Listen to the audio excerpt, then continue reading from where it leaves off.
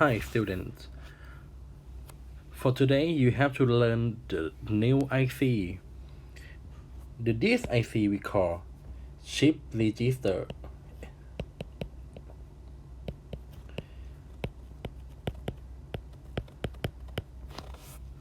Shift Register. So we will talk about the first benefit of the Shift Register first. So the main benefit of the Shift Register is to extend the pin. So if you want to control 8 LED, you want to control 8 LED, right? But you need only 3 pin. Okay, you need 3 pin to control 8 LED. So you can think about this. Actually, it's not only 8 pin. You can extend to 16 pin. Okay, or many pin. It depends on the speed of the data that you send from here. Okay, so and then I will teach you about how it works. Okay, we use the 3 pin to control the 8 LED, or you can extend to 16 if you have a 2 shift register.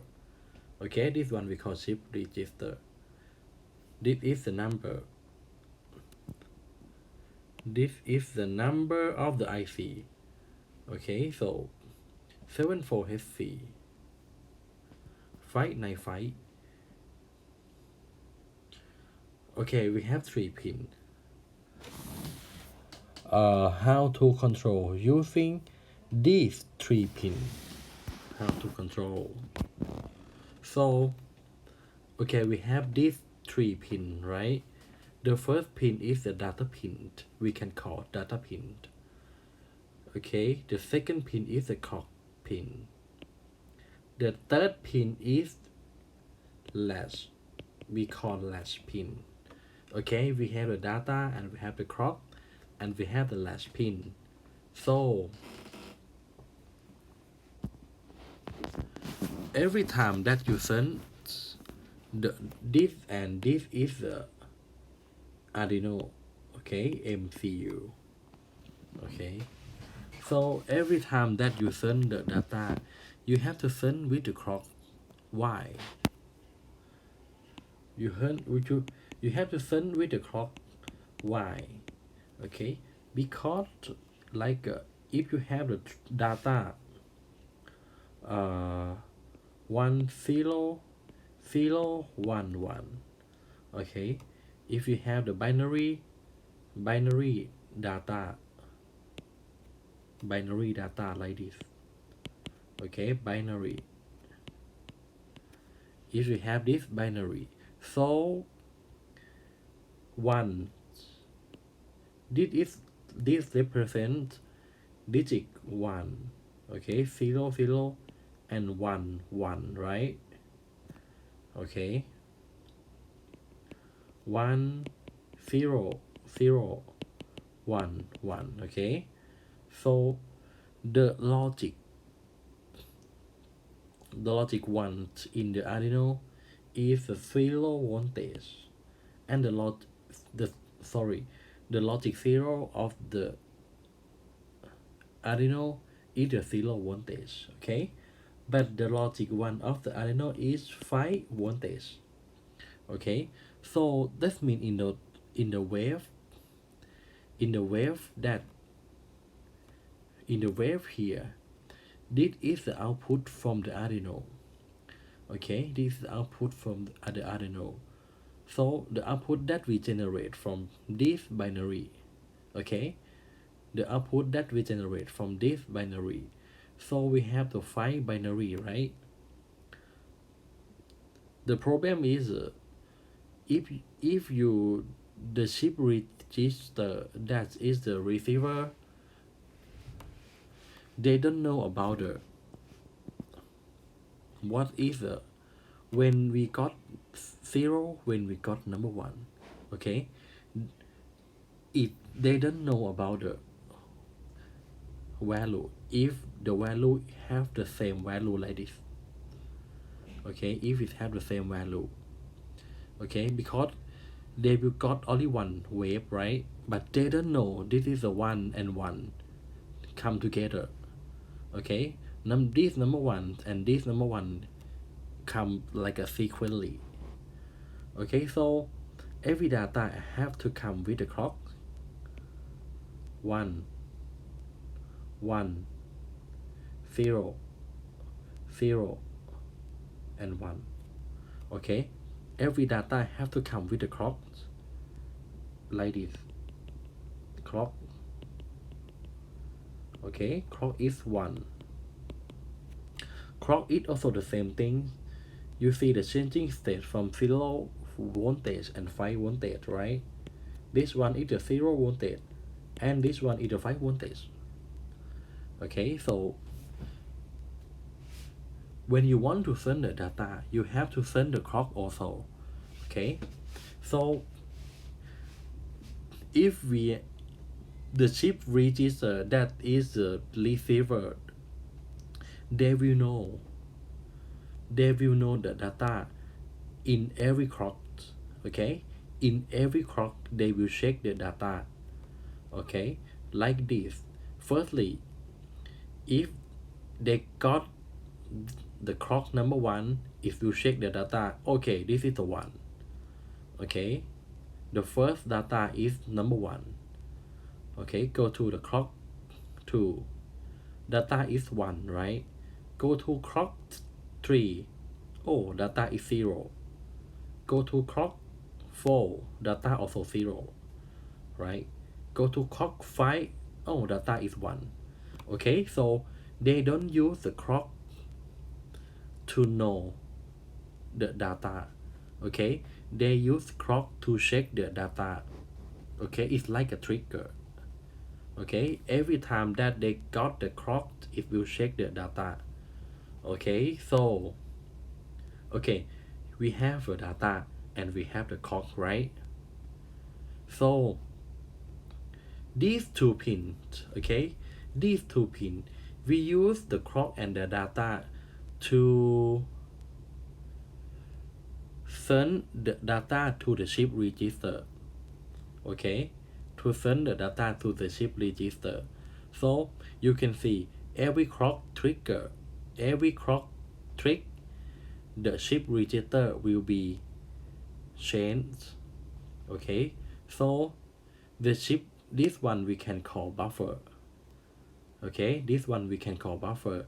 So the size of the buffer is 8, okay. Right now we have 8 buffer. We have 8 buffer.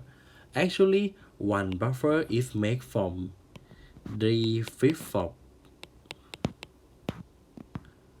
okay. One buffer is made from one D flip flop, okay. So that means 8 buffer is made from 8 D flip flop, okay. So you have already learned the flip flop, right? So when you trick the clock, the data from the data pin will store in the shift register or in the buffer, okay. So it will store, the data 1 will store in the shift register, okay. So with these two pins is already stored in the shift register, but it didn't send any output to the output pin, okay. But when you give them the trigger of the latch pin, okay, you can see if you give them the trigger from the latch pin, the output will be changed, okay. Every time that you give the trigger to the latch pin, the output will be changed, okay. The output will be changed based on the data that you store in the buffer, okay. The output will be changed based on the data that you give to the shift register here, okay. So that this is the inside, this is the circuit. Okay, this is the circuit inside the shift register. So it's made from D flip-flop. Okay, it's made from D flip-flop. It look like D flip-flop that you learn. Okay, this one also D flip-flop. Okay, so the first pin here. Okay, pin 14. You can count the. Okay, you have to know how to count the number of the leg of the IC. So you will see the marker here. Okay, this is a marker of every IC. Okay, marker. And this one counterclockwise, right? Okay, counterclockwise start from 1, 2, 3, 4, 5, 8, and counterclockwise to 9, 10, 11. Okay, count in the counterclockwise direction. So, and then let's see. DS is a data pin. Okay, DS pin 14, data pin. And pin 11 is the clock pin. This is the clock pin. And this is the latch pin. Okay, this is the latch pin. So, I will teach you how it works. So you can see when you give the data to the data pin right here. Okay, so from the previous previous section, the D flip-flop will store the data when you give the clock, when you give this trigger, right? Okay, do you remember?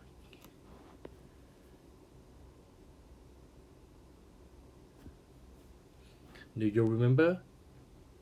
Q palm. Okay, that you learned before, but okay, I will teach you. The D flip-flop will store the data every time that you trick the clock. Okay, you trick the clock, the data from the data pin will store in the D flip-flop. Okay, and with D flip-flop, with this D flip-flop is connect series. Okay, you can see D connect to D is the input data pin, right? And Q is the output, right? Okay, we have 8 D flip-flop, right? Okay, 8 D flip-flop. It will connect from D to Q until the end, until the D flip-flop number 8. Okay, we have 8 pin, right? So that means you can imagine that every time that you trick the clock, the data from state 0, it will shift to state number 1 and state number 2, state number 3. Okay, so that means if the buffer is 8 state, right? Okay, this IC 8 state equal 8 output. Okay, you have 8 state and 8 output. So that means you have to generate 8 data and also 8 clock. Okay, you have to generate 8 data and 8 clock.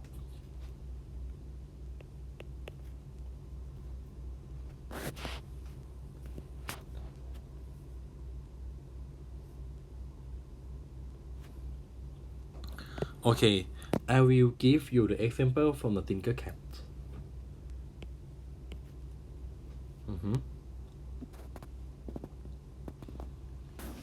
Okay, I will give you. But the data form will look like this.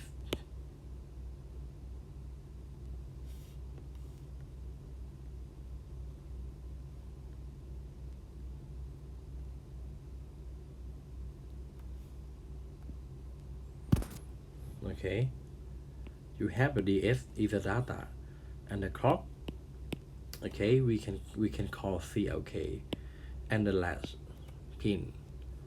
Okay, we have a clock, 2, 3, 4, 5, 6. Okay, we have a clock because you have a output. Okay, so the data is depend on you. Okay, but it will check 1,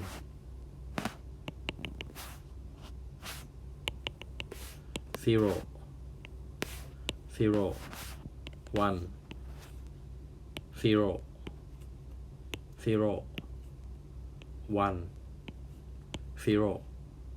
Okay, 8 output. Okay, and the last one is the last pin. Okay, the last one is the last pin. Okay, when you trigger the last pin, this output from the buffer. Okay, from the buffer, it will transfer to the output. Okay, from the buffer, it will transfer to the output. So that means in the output you have a output, right? You will got the same thing. 0, 0, 1, 0, 0, 1, 0, 0, 1. Okay, so the way that you trigger the data, 0 is like a digital, right? Low. Okay, it's easy, right? In the Arduino, digital, right? High. Okay, you just generate the waveform like this using digital pin. Okay, using digital pin. Okay, let's try.